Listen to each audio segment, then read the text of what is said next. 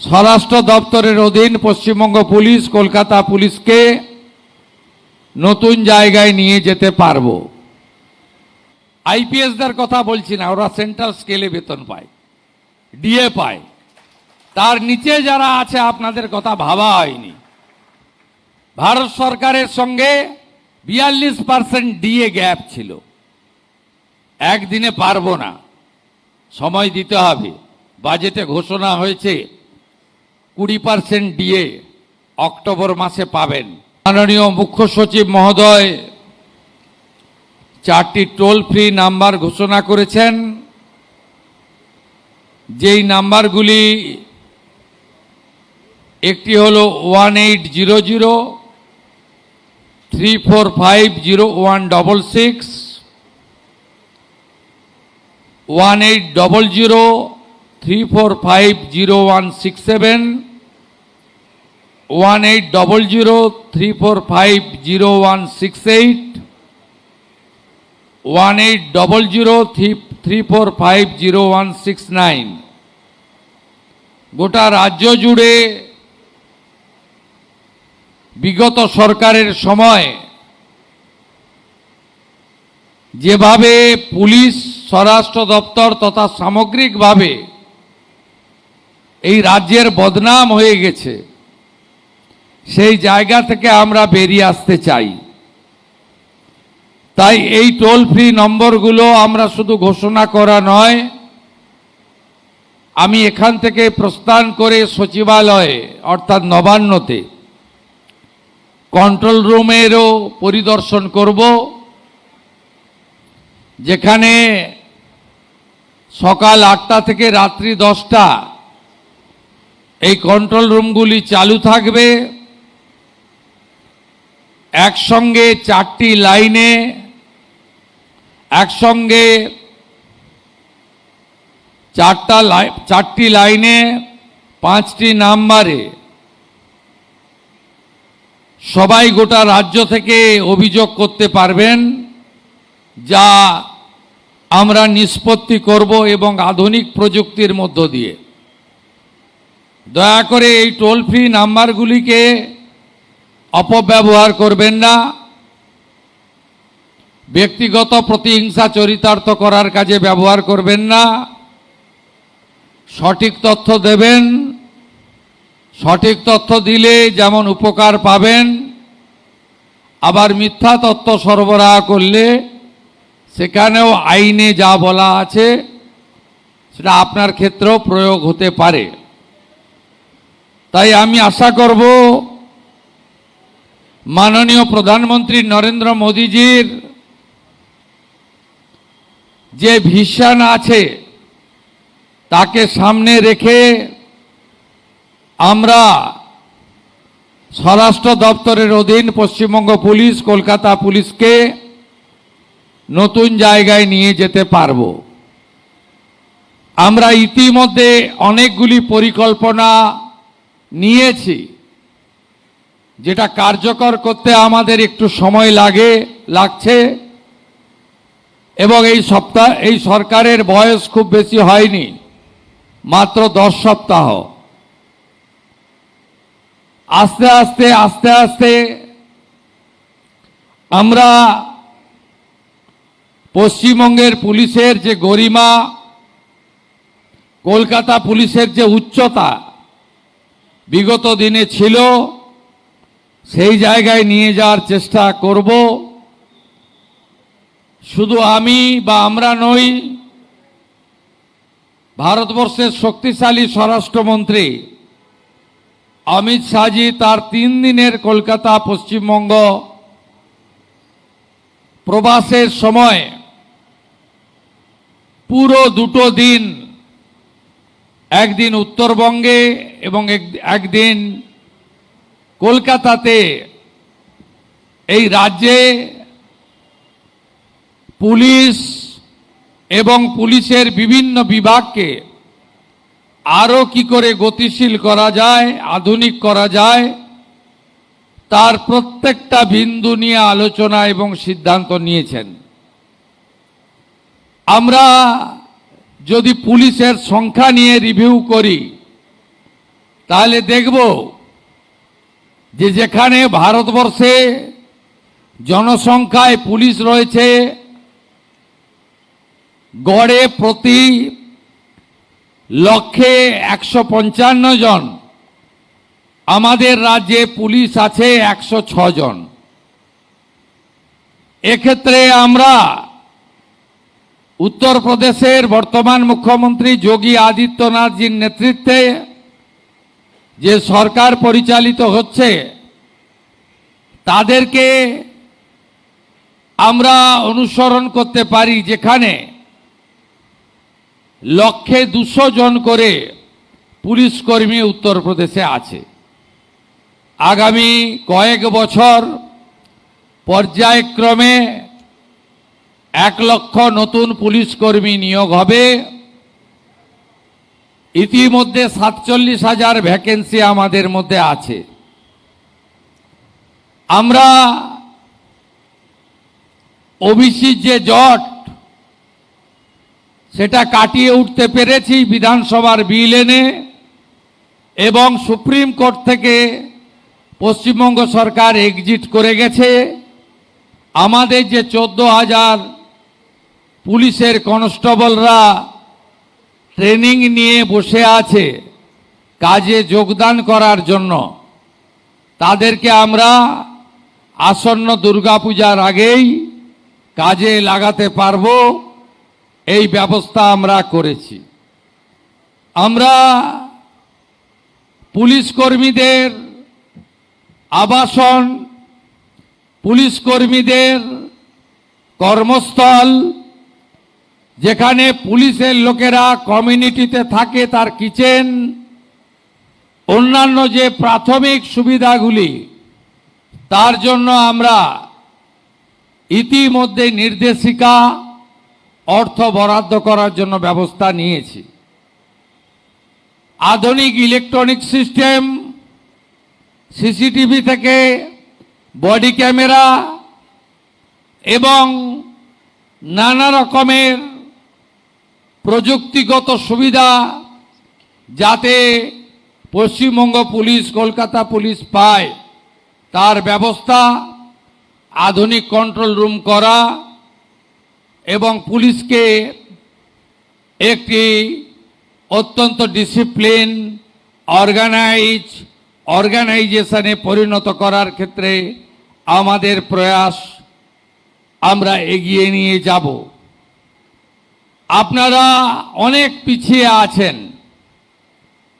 আছেন মানে কর্মকুশলতায় নয়, দক্ষতায় নয়, অভিজ্ঞতায় নয়, একাগ্রতায় নয়, কর্মনিষ্ঠায় নয়।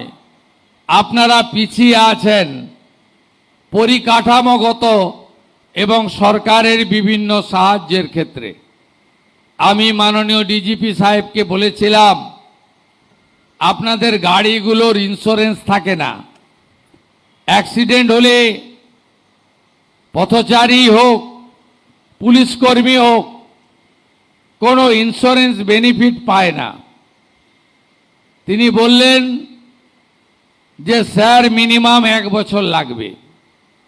সব গাড়িরই একই অবস্থা, সব 15 বছর পেরিয়ে গেছে। তা আমরা ধীরে ধীরে 4,000 পুলিশের গাড়ি আছে, আমরা পর্যায়ক্রমে পরিবর্তন করব এবং আধুনিক যানবাহনের ব্যবস্থা করব। পুলিশের দক্ষতা আরো বাড়ানোর জন্য গুজরাটের রক্সা ইউনিভার্সিটির সঙ্গে এগ্রিমেন্ট, ওখানে টিম পাঠানো। এরপরে মাননীয় কেন্দ্রীয় স্বরাষ্ট্রমন্ত্রীর বিশেষ উৎসাহে আমাদের আসামের তেজগাঁওয়ে বিএসএফ এর যে পুলিশ ট্রেনিং ইনস্টিটিউট রয়েছে সেখানেও আমরা ফেজ ওয়াইজ পাঠাবো আপনাদের নতুন নতুন ইনোভেটিভ আইডিয়া এবং ইত্যাদি জানার জন্য। আপনাদেরকে আমি যদি বলতে শুরু করি অনেক সময় লাগবে। এখানে এসআইএ গঠন করার, এনআইএ এর মতো এসআইএ গঠন করার সিদ্ধান্ত হয়েছে, আধুনিক পরিকাঠামো তৈরির সিদ্ধান্ত হয়েছে এবং আধুনিক আপনাদের অস্ত্র থেকে শুরু করে আধুনিক নানা জিনিসপত্র থেকে শুরু করে ভারতীয় ন্যায় সংহিতার সমস্ত ধারা উপধারা এবং সুপ্রিম কোর্ট হাইকোর্ট মানবাধিকার কমিশন এসসি এসটি কমিশন আপনাদের বিভিন্ন গাইডলাইন সম্পর্কে আমরা আরও সুশিক্ষিত প্রশিক্ষিত এবং জ্ঞানার্জনের জন্য নানা উদ্যোগ গ্রহণ করেছি।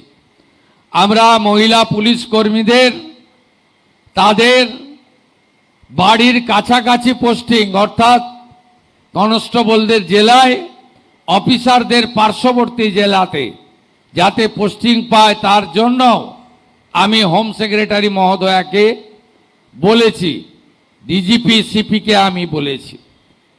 আমরা 15 বছরের অধিক যারা পুলিশ কর্মী বাড়ির বাইরে এতগুলো বছর দিলেন এই রাজ্যের জন্য সমাজের জন্য, তাদেরকে যাতে জেলায় ফিরিয়ে আনা যায় তার জন্য আমি বলেছি ওয়ার্কআউট করতে।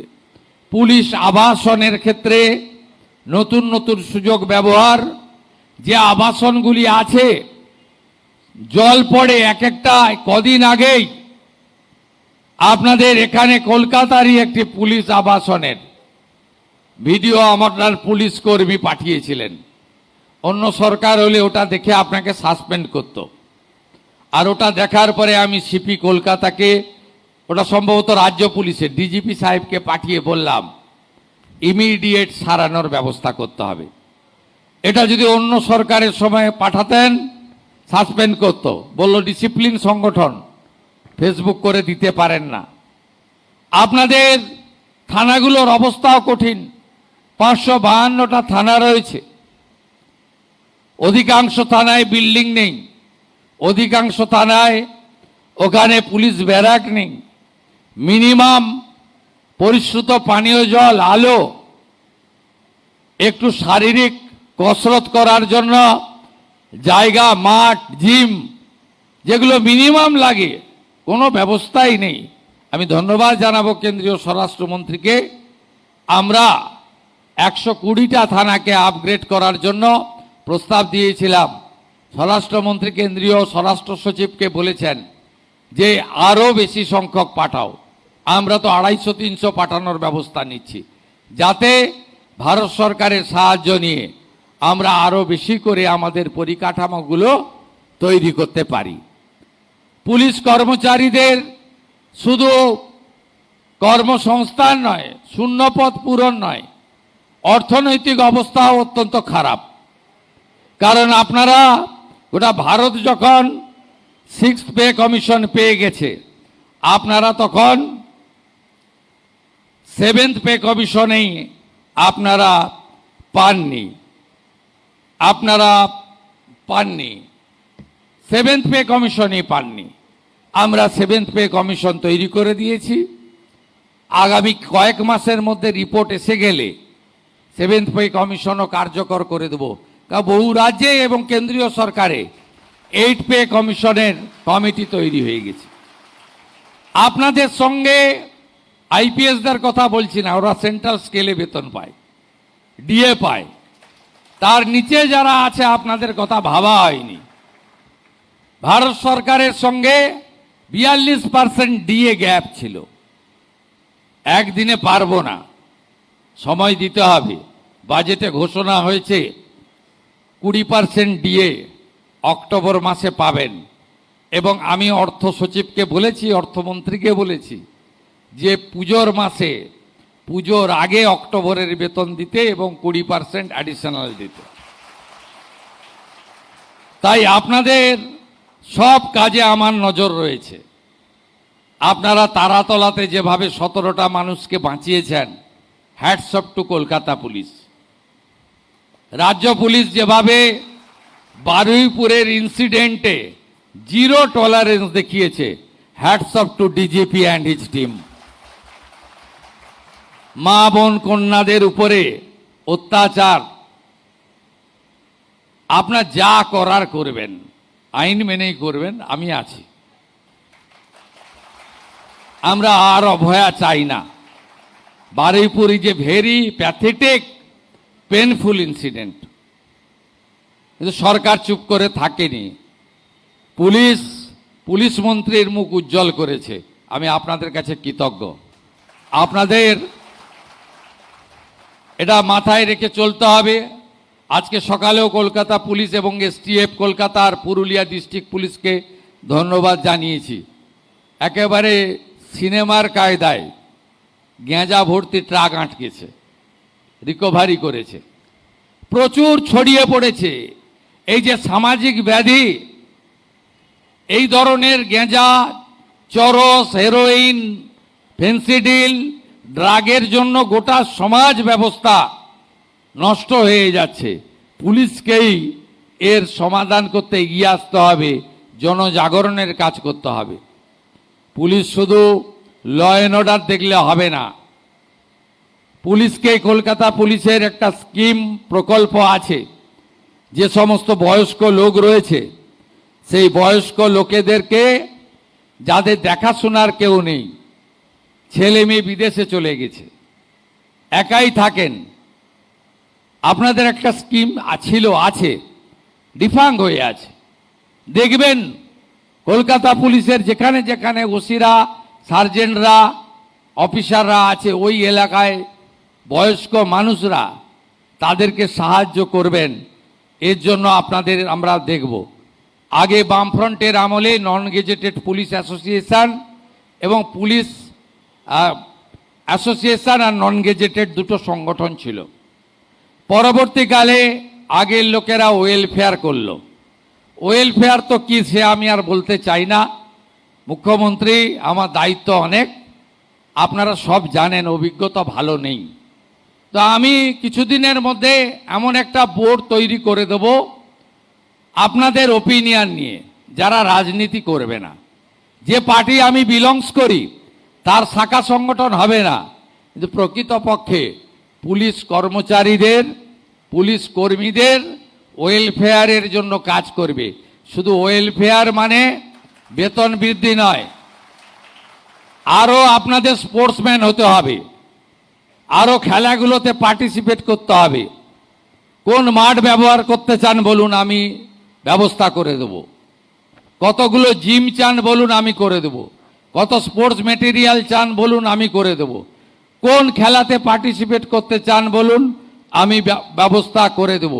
এবং তার সাথে সাথে পুলিশের কর্মীদের বা তাদের পরিবারের, আমরা তো এমনি আয়ুষ্মান ভারত, মুখ্যমন্ত্রী স্বাস্থ্য বীমা আনছি, তার সাথে সাথে আরও যা যা দরকার, আপনাদের যে আগামী দিনে কল্যাণ পর্ষদ তৈরি করে দেব, সেটা প্রকৃত আপনার কল্যাণের কাজ করবে। তাদেরকে কখনোই ইউনিফর্ম খুলে, টি শার্ট পরিয়ে মিছিল মিটিং লম্বা করার কাজে এই সরকার ব্যবহার করবে না।